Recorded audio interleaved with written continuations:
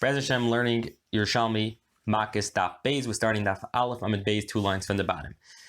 Rabba bar Ramam Rav Amnon Ramasta b'shem Rav said Halacha Malvas Chaver Manash Leitev. If someone lent a person money on condition that the lender is not going to demand payment, rather the borrower will pay back when he wants, Shvish Misham Tasei, Shvish is Mishamet, that you don't have to pay back the loan. Even though you would think in this case you did not say Layigosh, do not exact due, because he can't demand the payment, but because at the end of the day he has to pay back that payment, we do consider Layigosh and Shvius and Mishamit. The Gemara is going to bring proof to that. But Tanina, we're going to bring proof from a Mishnah. We learned the Mishnah in Shvius. If somebody slaughtered a cow and divided it up on Rosh Hashanah at the end of the 7th year, meaning the Rosh Hashanah of the 8th year. Now it's uncertain if this Rosh Hashanah is the day that he shechted, is it the 30th day of Elul, and then it's still within the 7th year, or it's on the first day of Tishrei of the 8th year. So it depends. If Adam come and Mekadesh that day, then it's not Shemitah anymore. So so obviously Shemitah is not Mishaman then. But if Adam only came the next day, or we only accepted Adam for the next day, then this is the 30th day. It's not Rosh Hashanah. It's still the year beforehand. So it's still the 7th year. So Shvi'itz Mishamet. So the Gemara says, this halacha, Mar Rabbi Lazar explained Rabbi Yehuda. This Mishnah is going according to Rabbi Yehuda. The machlek is between the Chacham and Rabbi Yehuda Klapei a store that gives credit if we say Shvius Misham Tasei or not. And Rabbi Yehuda holds that we say Shvius and Mishamit on a store loan, but not on the first purchase you buy. When you purchase something from the store on credit, then that one we don't say Shvius Mishamit.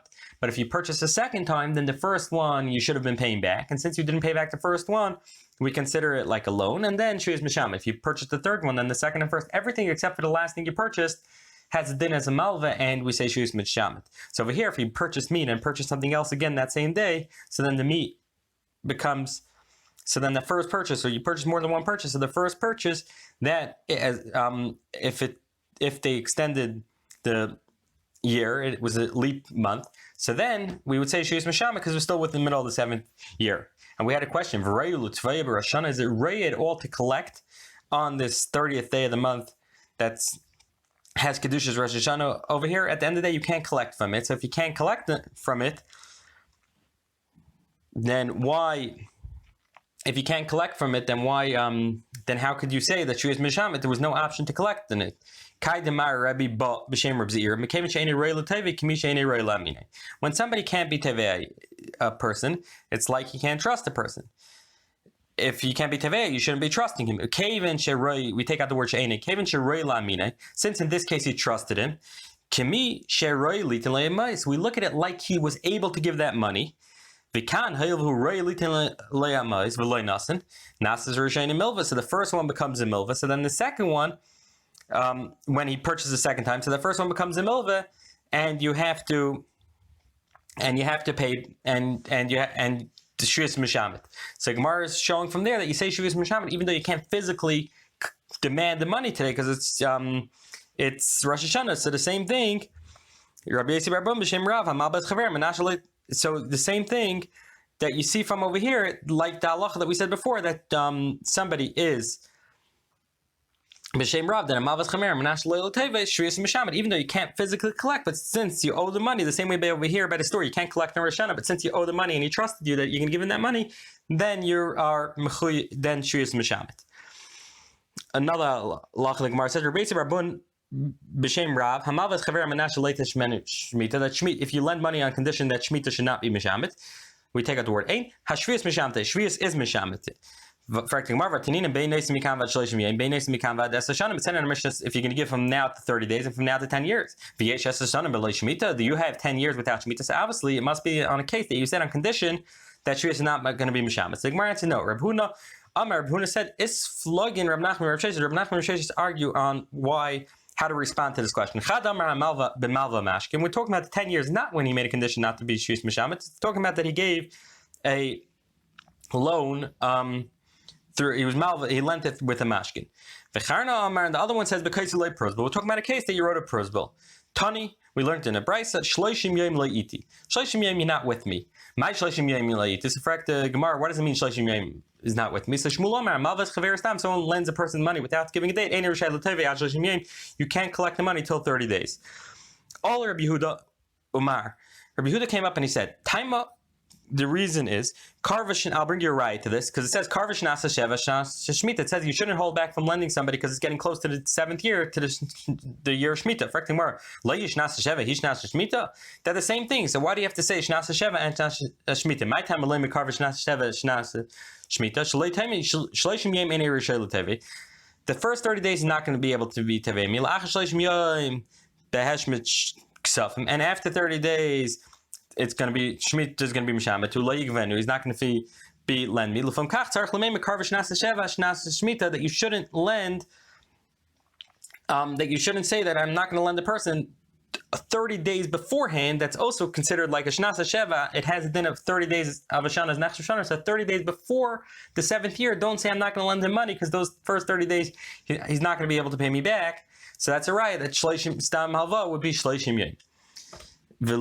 And we take out the word loy. Kainam Rav Bar Mamel Rav Amram Ramasna B'Shem Rav Hamavas Chaver Menashe Loyalutevei Ashrius Mishante. So that's a riot to the shita that someone lends money Amanas to shitas Rav. Then Amavas Chaver Menashe Loyalutevei Ashrius Mishante Ashrius Mishante. Ashkach Tani Rabbi Shmuel, but we have a different explanation of this Karva Shnasa Shneva Shnasa Shmita, which won't be a raya.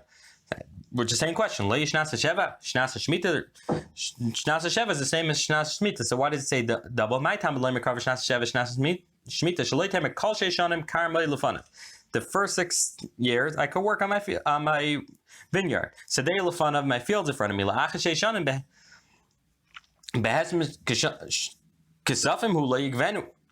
And after 6 years, I'm not only that I can't work on my field, I can't even get.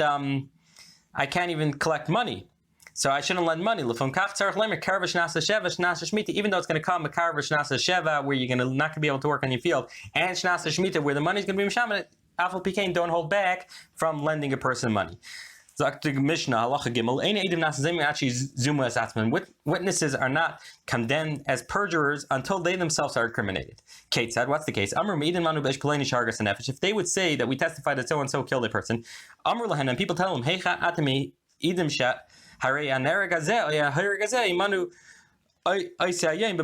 can you say that person got killed or that person killed in that place? The killer or the murdered person was with us in a different place. In that case, we don't condemn them as perjurers because they themselves got to be convicted as perjurers. How? How can you testify to such a case? You were with us in a different place. Then there's them and they get executed by the other witnesses' words. If other witnesses came and charged them with perjury, and then a third one came, and every single group that Adam that came, the second group of Adam, charged them with perjury. They each one afilim meya kulam yaragu. Even if there are 100 people, they all get killed by these two people. Let's say they all were saying falsified Adam. So Yehuda Eimer istitizizu the einin haragas alakat risheni bilvad. Obviously, the second group of Adam, which came to say the first group of Adam said false Adus, and then the third group that came, he said, you also said false Adus. Every single group that came, he's saying you said false Adus. It's a conspiracy, and we don't kill anybody except for the first group of Adus. Now the Gemara says, Rabbi Bob Bar Mamel v'hushan erag avalim lein erag loy. It doesn't make sense. If Rabbi Yehuda says that it's a conspiracy, that the second group of Adam just won't going to say every single person that comes to say Adus that they're saying not true Adam, so we don't kill any of those Adus. So why are you killing the first group? Obviously, the second group, you're telling me they're conspiring to get everybody killed, then we shouldn't even kill the first group. So he says, Vahushan Eric, that the first group was already killed. Meaning the first group came, said Eidos. Second group came and said that you said false Eidos. They took out the first group to kill. And then a third group came and he said, you're also saying false, you're also saying false. Then we stopped it. But the first one was already killed. But if they weren't killed, Ein Eric doesn't get killed. Hado de Tanina, and it's Meduik in our Mishnah, because it says Ein Nehereg Elakat Rishena Bavad. It says Ein Nehereges. They only get killed because they were already killed. Ein Nehereges aren't killed, only the first group. But when you already get to the next group, we already know